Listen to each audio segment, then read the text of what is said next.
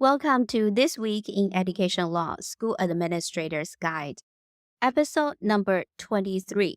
Today, we're exploring a case that deals with a really important question. What happens when a school district fails to meet the expectations set by the state for educating its students? The Education Code in Texas provides an answer. Texas Education Agency Commissioner can step in, supervise, and help the school district improve its performance through various measures. But what if the commissioner's actions to improve the school district performance are challenged as being outside the law? This is the situation we're looking at today. In Houston Independent School District, two failing high schools had a pattern of poor academic performance, and there was disarray within the school district's governing board of trustees. In September 2016, the Commissioner of Education appointed a conservator for the school district to provide oversight and support for one of the high schools, which had received unacceptable academic accountability ratings for all but 1 year since 2009. The conservator, a graduate of that high school herself, was tasked with evaluating the school district's resource allocation, instructional delivery, and overseeing a needs assessment for the school. Over a year later, the commissioner rejected a turnaround plan for the school and extended the conservator's appointment. Meanwhile, the school district began searching for a new superintendent, which quickly revealed deep division among board members. At an October 2018 board meeting, tensions boiled over as one trustee moved to replace the interim superintendent, sparking a heated exchange among board members that included allegations of corruption and violations of the Open Meetings Act. In March 2019, the commissioner expanded the conservator's role to overseeing the governance of the district. On the same day, the conservator ordered the district to suspend its superintendent search. Despite the district's struggle, the high school received an acceptable performance rating in 2019, and the conservator remained her role for the school district at least through the 2019 and 2020 school year. As the school district grappled with the superintendent search and performance issues at another high school, the commissioner warned that a final unacceptable rating for the second high school would require him to order either campus closure or the appointment of a board of managers. Neither the second high school nor any other district school received a rating in 2018 due to Hurricane Harvey.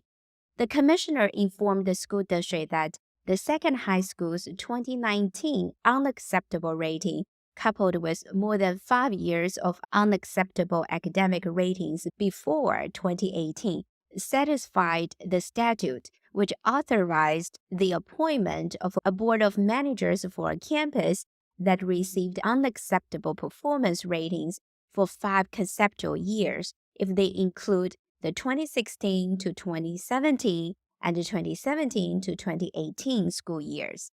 In the wake of the October 2018 board meeting, the commissioner began receiving complaints that the school district was not complying with the law relating to governance of an independent school district, particularly the Open Meetings Act.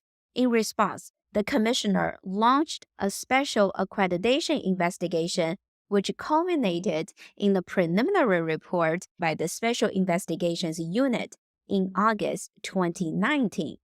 The report found that the district's Board of Trustees had failed to comply with the Open Meetings Act, exceeded the scope of its authority, and violated contract procurement rules. As a result, the report recommended that the commissioners lowered the district's accreditation level, appointed a conservator, and installed a board of managers to replace the then-serving Board of Trustees. The school district disagreed with much of the report and requested an informal review under Education Code. After considering the district's objections, the Texas Education Agency issued a final report largely approving the recommendations in the preliminary report. The report delegated the Deputy Commissioner of Governance and Accountability to complete the informal review and approved the final report on October 30, 2019. Based on the investigation's results, the commissioner notified the school district in November 2019 that the state education agency planned to lower the district's accreditation status to accredited warrant and to appoint a board of managers for the district. The school district went to court to stop the commissioner from taking regulatory actions against them. The school district argued that the commissioner lacked authority to expand the conservator's role from a campus-level conservator to a district-level conservator with sweeping powers. However, the Education Code was amended in May 2021, giving the commissioner more latitude in defining the conservator's role. Under the recent amendments to the Education Code, a conservator may direct an action to be taken by the Board of Trustees of the district, regardless of whether the conservator was appointed to oversee the operations of a school district in its entirety or the operations of a certain campus within the district. The Education Code also allows the commissioner to appoint a board of managers in various situations, such as when a school district has had a conservator or management team assigned to it for 2 consecutive years, or if the district fails to meet accreditation, academic performance, or financial accountability standards. In addition to these situations, the commissioner can also appoint a board of managers if a special investigation uncovers the need for it, or if the district's turnaround plan fails to get approval from the commissioner. So, if a school district finds itself struggling to perform for 5 consecutive years, or if any of the aforementioned situations arise, the commissioner can appoint a board of managers to help get things back on track. It's clear that the Education Code's statutory framework has changed since the Education Code amendments in 2021. The commissioner now has significantly more room to maneuver in defining the role of a conservator. But this is not the end of the case. The Supreme Court of Texas has sent the case back to the trial court, and any subsequent appeals will determine the final outcome.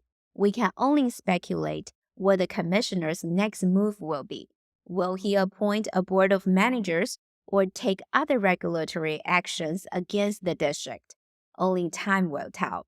One thing is for sure, though, education law is a complex and ever-changing landscape. It requires careful navigation to stay on top of the latest legal development and ensure compliance with the law.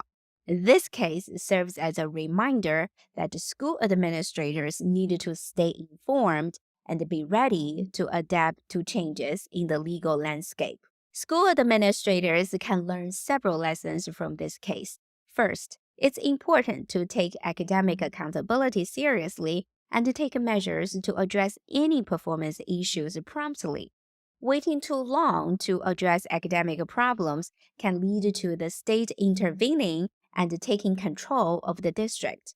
In this case, the commissioner appointed a conservator to oversee support for a low-performing high school, but when the school district failed to make significant progress, the commissioner rejected the school district turnaround plan and continued the conservator's appointment. The district was also warned that it could face consequences if another school in the district received an unacceptable performance rating, but the school district was unable to improve performance at that school as well. Second, school boards must comply with the Open Meetings Act and other laws relating to governance of school districts.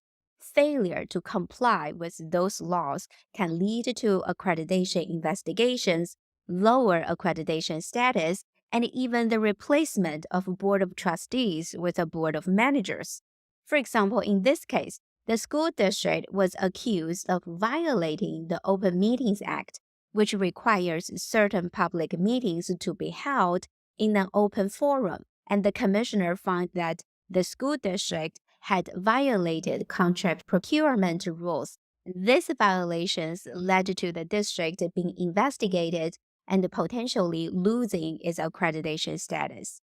Third, school members need to address internal conflicts quickly.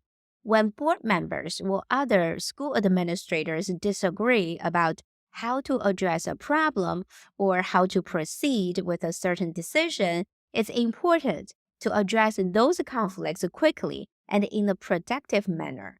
In this case, the school district was divided over how to conduct a search for a new superintendent, and the tensions between board members boiled over in a heated public exchange. These conflicts can distract people from the school's mission and lead to other problems, such as violations of open meeting laws.